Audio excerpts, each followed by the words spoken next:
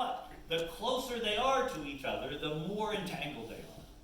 So if you start with empty space and you have a geometry, whether it's Euclidean or Riemannian, whatever you want, whatever level of sophistication you reach, it will be the case that the empty space parts of the quantum fields have a very simple relationship. You know how close things are just by measuring their entanglement and vice versa. So the idea, the proposal, the suggestion, the guess, the hypothesis, is that we can reverse that.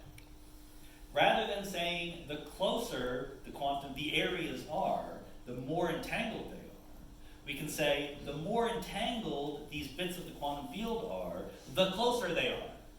We will define what it means to be nearby to mean highly entangled.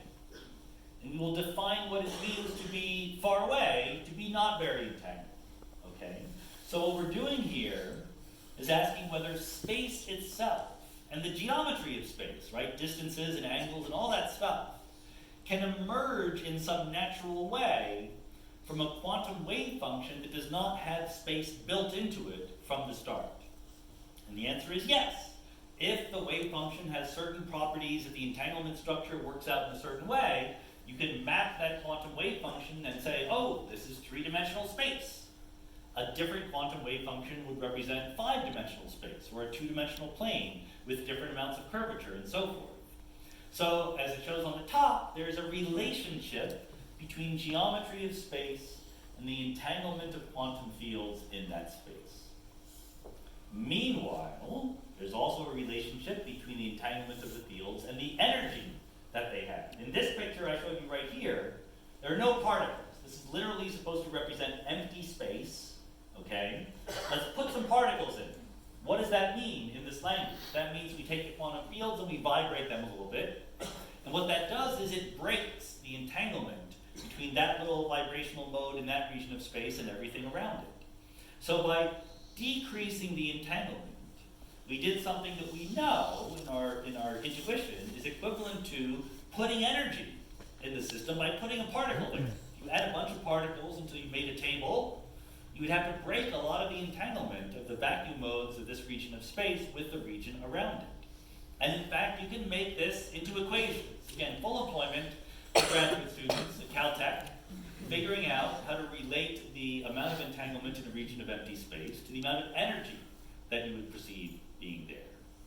And there's an opposite relationship. The more energy, the less entanglement, and vice versa.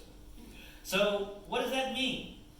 That means we can start with entanglement, which is a purely quantum mechanical notion, nothing classical about it. We can say that under the right circumstances, a certain geometry of space emerges from the entanglement structure of the quantum wave function.